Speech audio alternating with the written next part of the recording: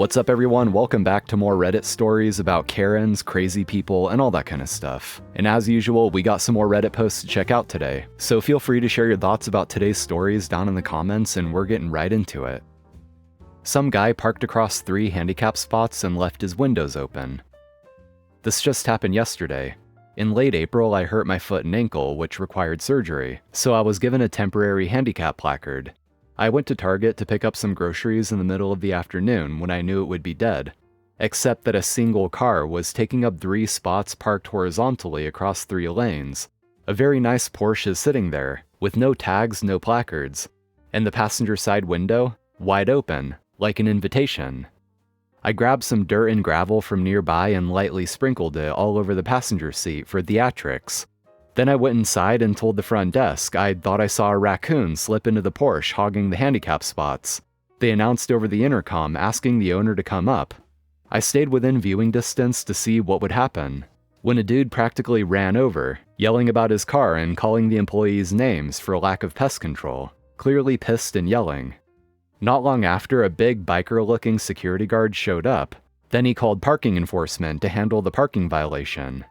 He was also banned from that Target for his conduct.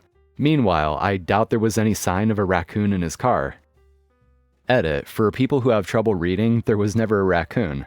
Edit 2: for everyone saying it's impossible for a Porsche to take up 3 spots, from a comment below. Don't know what to tell you. It looked like a sleek SUV. I don't know much about cars, but I saw the Porsche written on the back, and it looked nice. It was parked in the middle of 3 spots, and the ends were jutting into each other's lane. English-only workplace? Enjoy culture sensitivity training. I work at a public hospital where a large portion of our patient population speaks Spanish.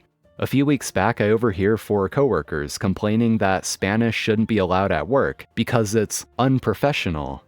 Context: this started because some Spanish-speaking employees were speaking Spanish in front of a non-Spanish speaker. The non-Spanish speaker thought they were talking about her. Spoiler, they weren't. This offended coworker quits because she claims she was being bullied by the 2 who routinely speak in Spanish to each other. She was one of the most dramatic people I've ever met, so good riddance. But the 4 are discussing how she was in fact bullied out of her job, and that Spanish shouldn't be allowed to be spoken at her job unless it's to speak with patients. Otherwise, only English should be spoken. Quote, they had to be able to speak English to get this job, so that's what they should speak, since it's the language everyone understands. As someone who grew up in a home where 2 languages were spoken, I obviously took issue with this. I asked, how do you know they were talking about her? Do you speak Spanish? They don't. They said, you could just tell they were talking about her. I said, how could you tell if you don't speak Spanish? I told them they need to mind their own business or learn Spanish. You don't get to dictate whether someone speaks in their native language or not. That didn't go over well, and they got very defensive. They doubled down on their stance and told me I was getting too heated to talk to. I had raised my voice slightly because they kept repeating, if they can speak English, they should speak English. It's not that deep. I had had enough at this point. Over my lunch break, I went to my car and wrote a detailed email to HR and my direct supervisor. Now they all have to complete cultural sensitivity training in order to keep their jobs. Edit to add, I will point out a few things here. We work in a back hallway that is completely separated from patients. We call it the bowling alley because it is one long hallway of providers and clinical staff working side by side and back to back. About 50 people.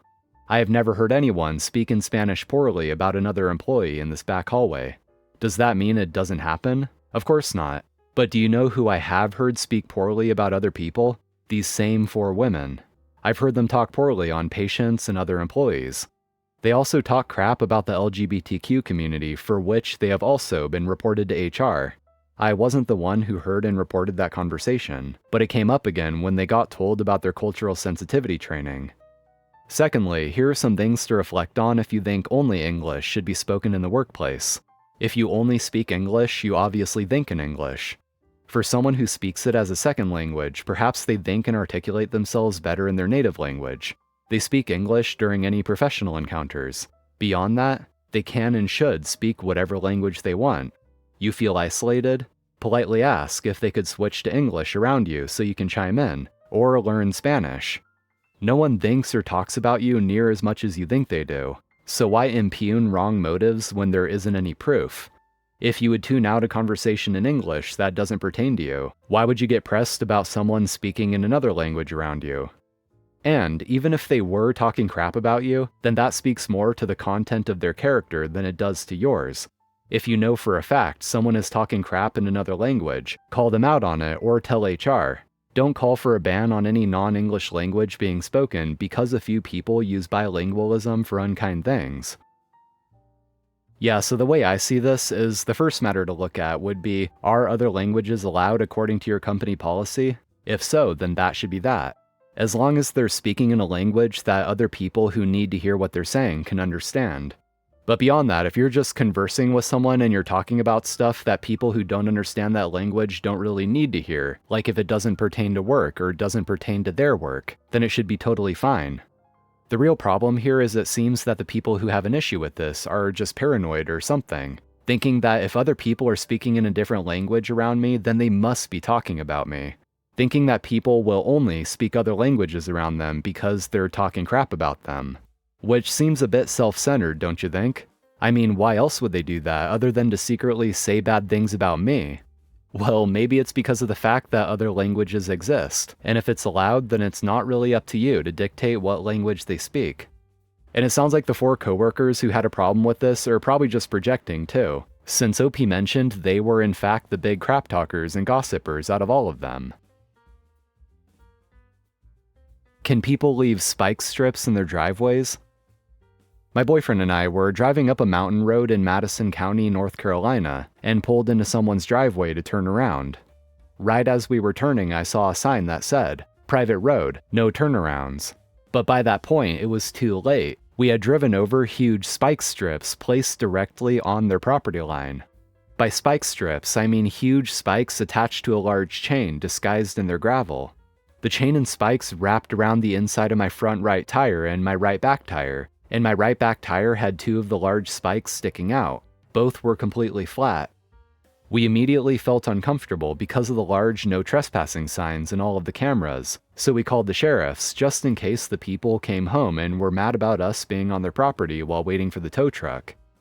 About 30 minutes later, the owners came back. They were some old country folk, probably in their late 70s, and were mad as hell. The sheriffs hadn't arrived yet, and I was nervous, so I immediately took complete responsibility and sincerely apologized, but it didn't matter. They hopped out of their car with their old video camcorder recording, hooting and hollering, trying to pick a fight for their Facebook video. The video probably looks pretty stupid because the entire time I was killing them with kindness, which is just how my boyfriend and I are.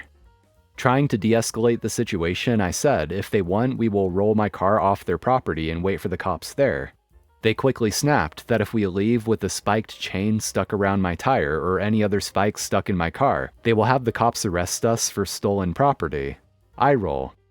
My boyfriend said, "We don't want any hostility, we just want to leave." And he responded, "You think this is hostility? You leave with my property, I'll show you hostility." And went into his truck and grabbed his firearm. At that point, our phones had died. No one knew where we were, and I was scared for our lives. I was not about to die about a 15-second turnaround. I told my boyfriend to yank off that chain and take out those spikes, and we rolled a half-mile down the mountain on my tire rims to the next house, where the owner was outside and said we could wait there, and flagged down the cops another 30 minutes later. The cops said this happens at least once a week, and have had over 20 people call about it, including the Madison County District Judge. Overall, it started at 10 a.m. that morning, and we finally got home from the tire shop at 6 p.m. It cost over $300, and I had just got 2 new tires yesterday. It wasted the entire day, a bunch of money, scratched and broke parts of my car, not to mention literally scared the living crap out of me, all because I did a 15-second turnaround. The tow truck and tire shops and police officers in the small town said they were fed up with them doing this to people, and it was really negatively impacting the community. My question is, what can be done about this?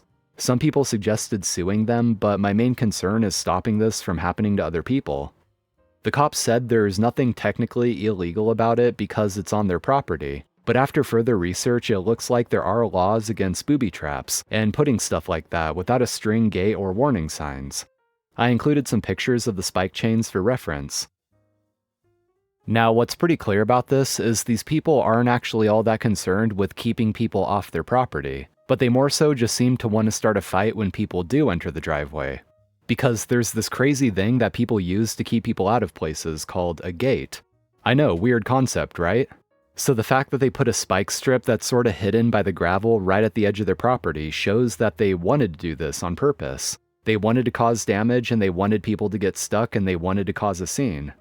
Oh, I don't want people turning around in my driveway, so I'm going to set a trap that disables their car and makes them stuck in my driveway. Yeah, that logic doesn't really check out. And yeah, it's their own property, and in a general sense, you can put what you want where you want on your own property, but with some caveats. And I'm pretty sure setting a trap like this probably falls under the category of illegal in most US states. And speaking in a non-legal sense, I would also say this kind of thing is a bit excessive. I can totally understand if people don't want their driveway to be used as a turnaround, but come on, there are much better and less psychopathic ways to deal with that. My coworker schedules all her, quote, bathroom breaks for our team's busiest 20 minutes, every single day. So here's the tea. I work at a call center, and our peak call volume is always from 2:40 to 3 p.m. It's been like this for years. We all know it. Our supervisor knows it. The system knows it. We even get bonus points if we power through that window without bouncing a call. Now enter Tina. Tina has decided that her body absolutely must relieve itself at exactly 2:39 p.m. every single day. I'm not kidding. Like clockwork, she unplugs her headset, does a dramatic stretch, sighs like she's just carried the world on her shoulders, and disappears. For 20 minutes. Sometimes longer. At first, we thought it was just bad timing or maybe digestive issues. But it's been 8 months. 8. She is mysteriously fine before and after that window, never goes earlier, never later. And get this, she brings her phone and posts to Instagram from the stall. We know because one of her stories once tagged the literal time and location, from the bathroom. The rest of us are scrambling like ants during that window, juggling back-to-back calls while she's in the porcelain palace, probably watching TikToks. Our supervisor says she can't police bathroom breaks. Fair, but come on, this is weaponized peeing. And a commenter here said, everyone else go to the bathroom at 2:30 and leave Tina. And someone responded, I came here to say this. If the supervisor can't police bathroom breaks for someone who goes to the bathroom for 20 minutes at the exact same time every day, she can't police them for everyone. Anyway guys, that's going to be all for today. Thank you for watching, I appreciate it. Be sure to drop a like if you enjoyed and hit that subscribe button if you haven't already. So take care, stay tuned for more, and I'll see you next time.